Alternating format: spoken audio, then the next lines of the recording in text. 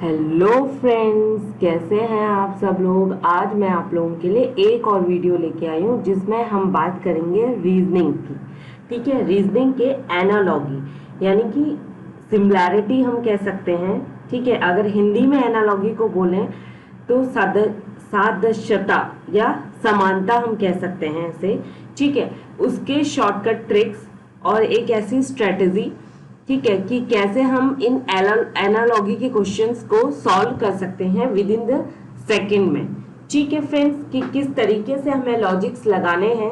ठीक है, और किस तरीके से हम लगा करके एक दूसरे को रिलेट करके एक राइट ऑप्शन कैसे हम चुन सकते हैं। ठीक है फ्रेंड्स, ये एग्जाम के पॉइंट ऑफ व्यू से ये एनालॉगी चैप्टर काफी इंपॉर्टेंट है। ठीक है, एक या दो क्वेश्चंस तो इसमें से आते ही हैं।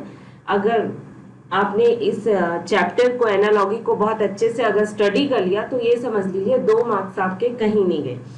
तो फ्रेंड्स, इस वीडियो को बहुत ध्यान से देखिएगा। ठीक है, तो आपके कंसेप्ट और क्लियर हो जाएंगे कि कैसे इससे रिलेटेड क्वेश्चंस को सॉल्व करना है। चलिए आगे बढ़ते हैं।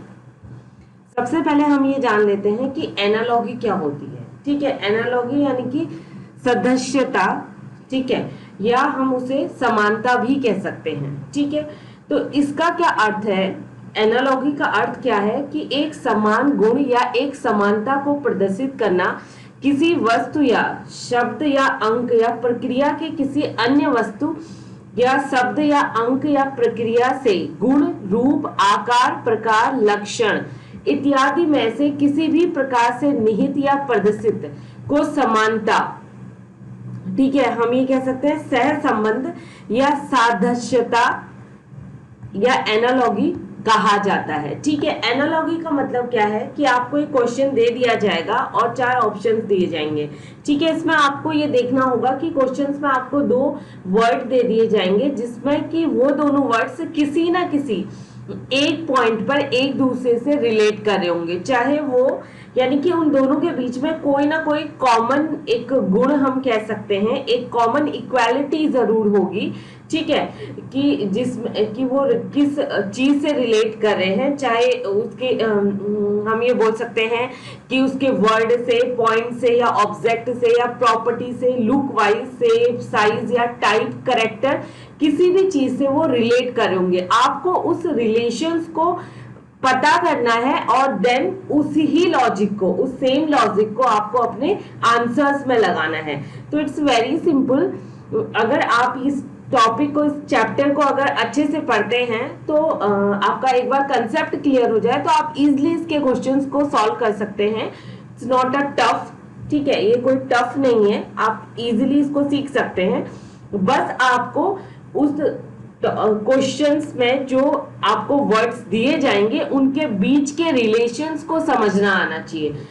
पॉइंट इज दैट कि वो रिलेशन क्या है, वो कैसे वो वर्ड्स आपस में रिलेट हो रहे हैं। अगर आप उसे समझ गए कि क्या रिलेशन है, ठीक है, तो आपका क्वेश्चन ऑलरेडी सॉल्व हो गया। ठीक है, देखिए अभी क्या है कि 3 तरीके से एनालॉगी से रिलेटेड 3 तरीके से क्वेश्चंस पूछे जा सकते हैं। सबसे पहले है शब्द समरूपता, यानी कि वर्ड्स में सिमिलैरिटीज से रिलेटेड हो सकता है। जैसे कि शब्द समरूपता में हम ऐसे शब्द देखते हैं जिनका आपस में संबंध अज्ञात रहता है, यानी कि जो रिलेशन होगा वर्ड्स के बीच में वो अननोन होगा, यानी कि आपको पता ही नहीं होगा, बस आपको कनेक्ट करना है, उसको रिलेट करना है कैसे भी। ठीक है ना, जो मैंने आपको पहले पॉइंट्स बताए उनके टाइप्स, शेप, साइज, ठीक है, या ऑब्जेक्ट, उनका कैरेक्टर्स को लेकर के एक रिलेशन आपको ढूंढना है और उसी रिलेशन से आपको आंसर में दिए गए ऑप्शंस में लगाना है। ठीक है, जिसे हमें सॉल्व करना है। ठीक है, फॉर एग्जाम्पल उदाहरण ये है, जिस प्रकार लेखक कलम से रिलेट करता है, यानी कि राइटर जो होता है लेखक, उसका कलम यानी कि पेन से रिलेट करता है, उसी प्रकार बल्लेबाज किससे रिलेट होगा। ठीक है, ब्रश, सेनानी, ठीक है, स्टिक या बल्ला। जाहिर सी बात है कि राइटर पेन से क्या करता है, लिखता है। ठीक है, तो जो बल्लेबाज होगा वो भी बल्ला ही चलाएगा, बल्ला यूज करके ही वो रन बनाएगा ना। तो यहाँ पे बल्लेबाज किससे रिलेट हो रहा है, बल्ला से। तो ये राइट आंसर है। इस तरीके के ऑप्शंस आ सकते हैं कि आपसे पूछ दिया जाएगा क्वेश्चन में कि लेखक कलम से रिलेट कर रहा है तो बल्लेबाज किससे रिलेट करेगा, इस तरीके से। तो आपको ये लेखक और कलम के बीच के रिलेशन को पता करना है। अगर आपको समझ आ गया इन दोनों के बीच में क्या लॉजिक है, क्या चीज कॉमन है, तो वो ही कॉमन चीज आपको बल्लेबाज के और बल्ले के बीच में लगानी है। ठीक है, जिस तरीके से लेखक कलम से रिलेटेड थी उसी प्रकार बल्लेबाज बल्ले से रिलेट करता है। ठीक है फ्रेंड्स। नेक्स्ट है अक्षर संबंधी समान रूपता, हम ये कह सकते हैं समानता।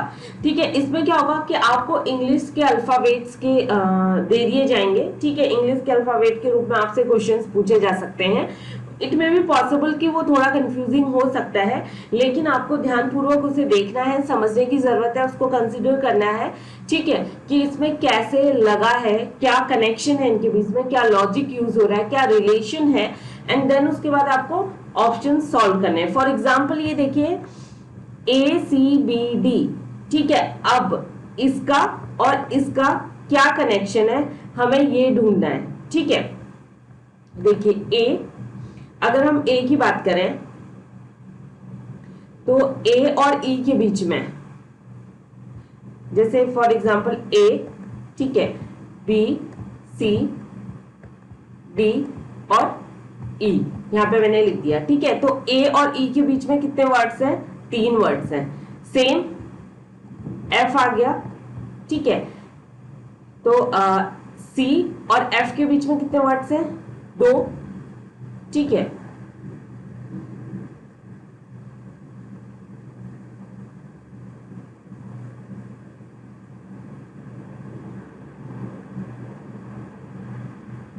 ठीक है, और हम ये कह सकते हैं कि ABCDEF, इस तरीके से हम चेक कर सकते हैं। और देखिए G और H तक हम लिख लेते हैं। ठीक है, तो ABCDEF, A और E के बीच में कितने 3 वर्ड्स हैं। ठीक है, हम ये कह सकते हैं कि इसमें 3 वर्ड्स हैं इन दोनों के बीच में। C और F के बीच में सिर्फ 2 वर्ड्स हैं। फिर B और G के बीच में कितने वर्ड्स हैं, 1 2 3 4, 4 वर्ड्स हैं। ठीक है, और D और H के बीच में कितने वर्ड्स हैं, 1 2 3, केवल 3 वर्ड्स हैं। अगर हम ये देखें तो ये लॉजिक हमारा फिट बैठ नहीं रहा। ठीक है ना, इस तरीके से भी आप चेक कर सकते हो कि क्या क्या गैप है। अब ये देखते हैं हम, देखिए A और C के बीच में एक वर्ड मिसिंग है। ठीक है, B मिसिंग है। सेम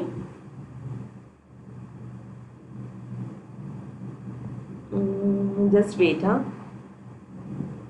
तो ये वाला लॉजिक भी इस पर बैठता नहीं है कि A और फिर C, फिर आता है B D।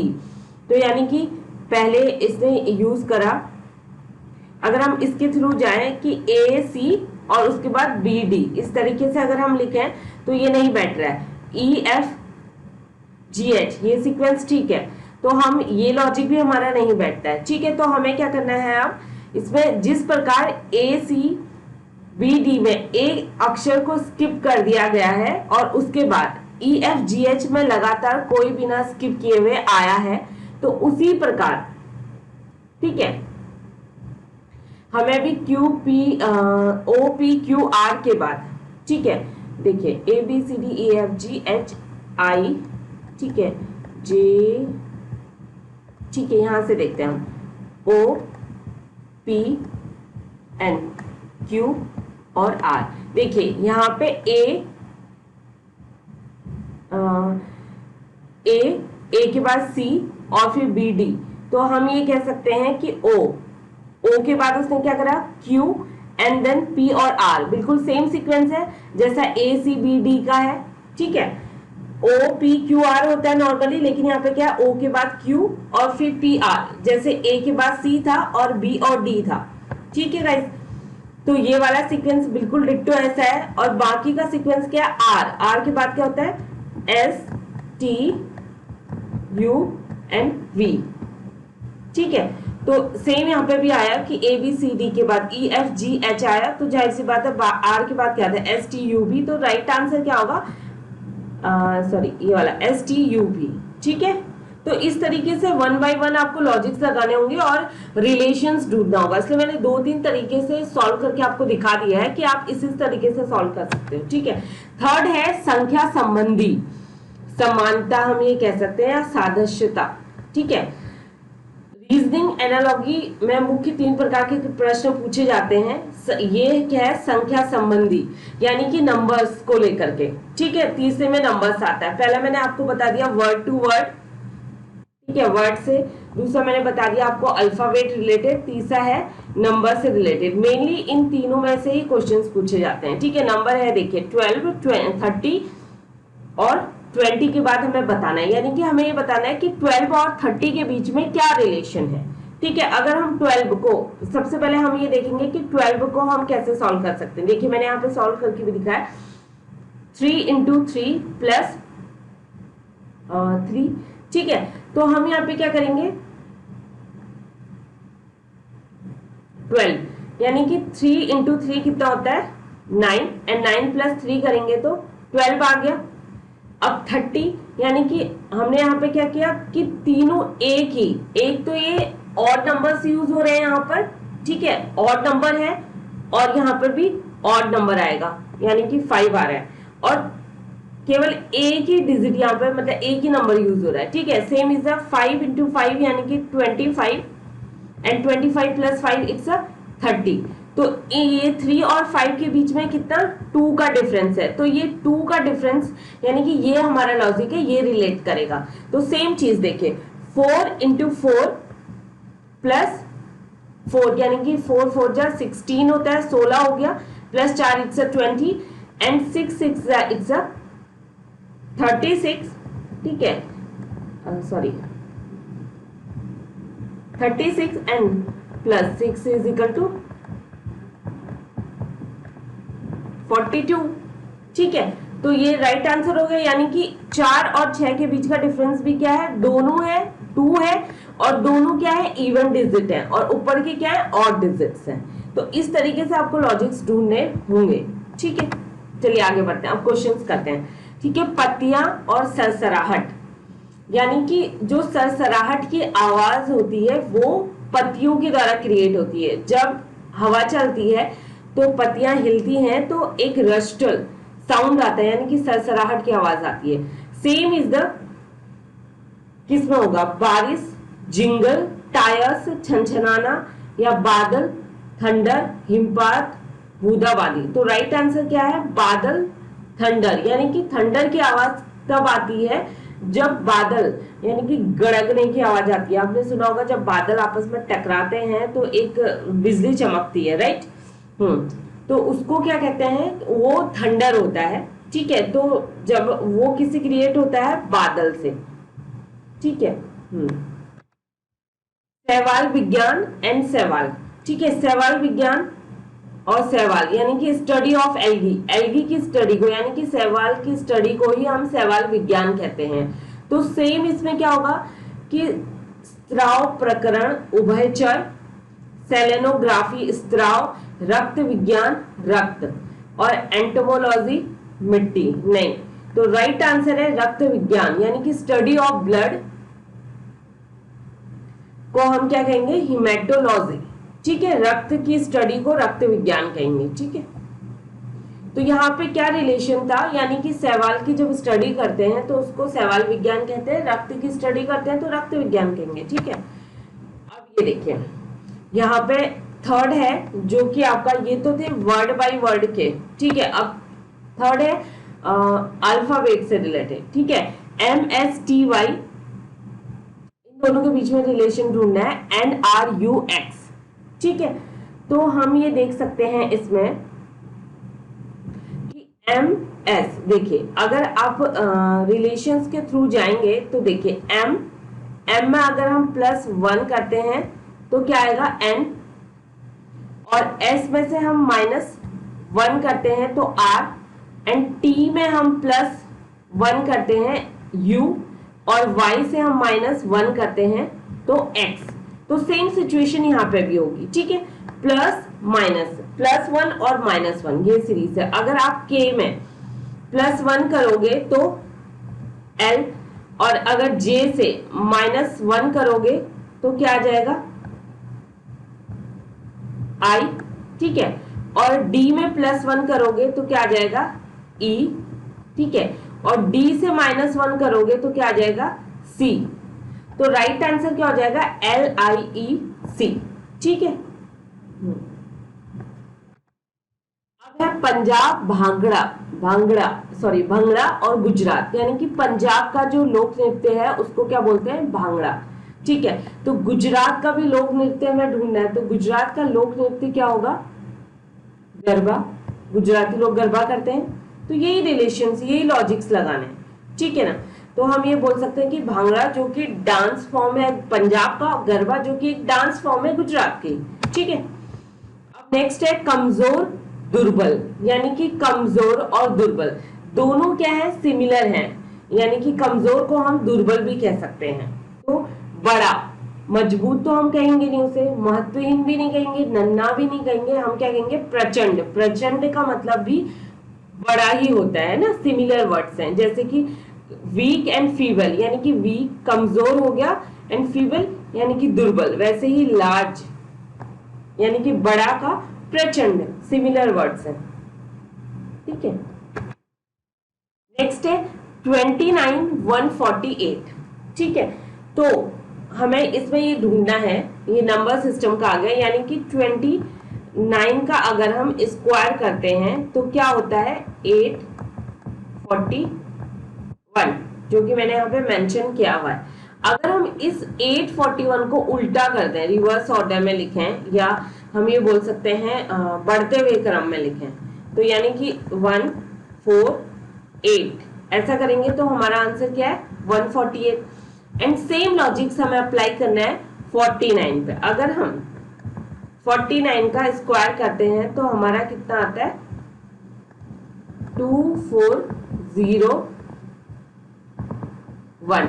तो उल्टा हमें करना है 104 एंड 2। तो right answer is the C. Simple, बस आपको लॉजिक्स पता होने चाहिए तो इजीली सॉल्व हो जाएगा, ठीक है। फिर आ गया हमारा अल्फाबेट KGDHG, हमें इनके बीच में रिलेशंस ढूंढना है, ठीक है गाइस।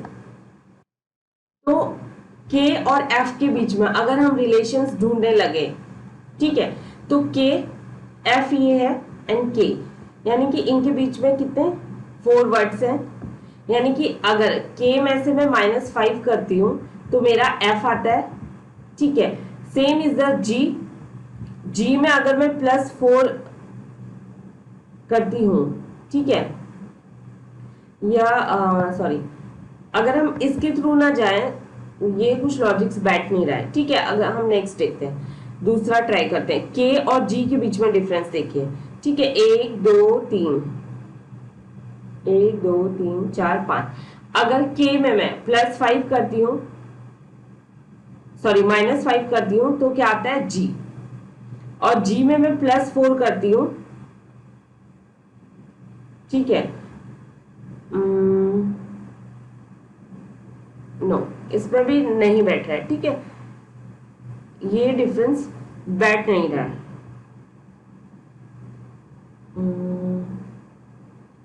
सोचिए, आप भी सोचिए कि क्वेश्चन कैसे सॉल्व हो सकता है, ठीक है। KGDHG,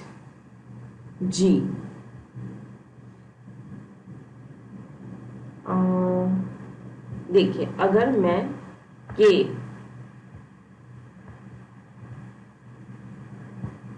G D H and G, ठीक है, तो K और G के बीच का डिफरेंस है K 1 2 3 1 2 3, यानी कि माइनस, हम ये बोल सकते हैं कि 3 इसके बीच का डिफरेंस है। G और D के बीच का डिफरेंस कितना है 1 2 जस्ट 2, ठीक है। फिर G और D के बीच का डिफरेंस, फिर D और H के बीच का डिफरेंस 1 2 3, ठीक है। ये गाइस जस्ट समझने की कोशिश कीजिए, ये है -3 एंड -2, ठीक है। अब ये है अभी उल्टा चल रहा है, +3 एंड H और G का, H और G के बीच में डिफरेंस है -1। No, this logic is not work, ये भी वर्क नहीं करेगा। ठीक है, अगर हम इनको देखें कि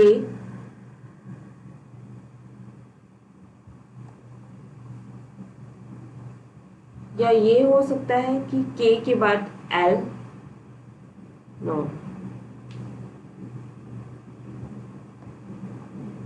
K हम ये कह सकते हैं कि K+5, K -5, 1 2 3 4 5, right, F and G +4, 1 2 3, no, I think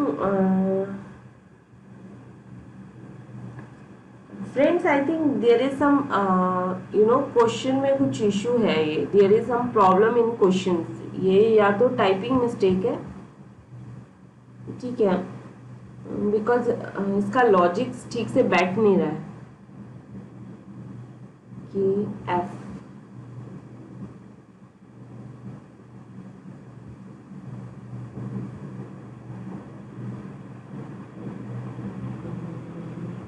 K and M।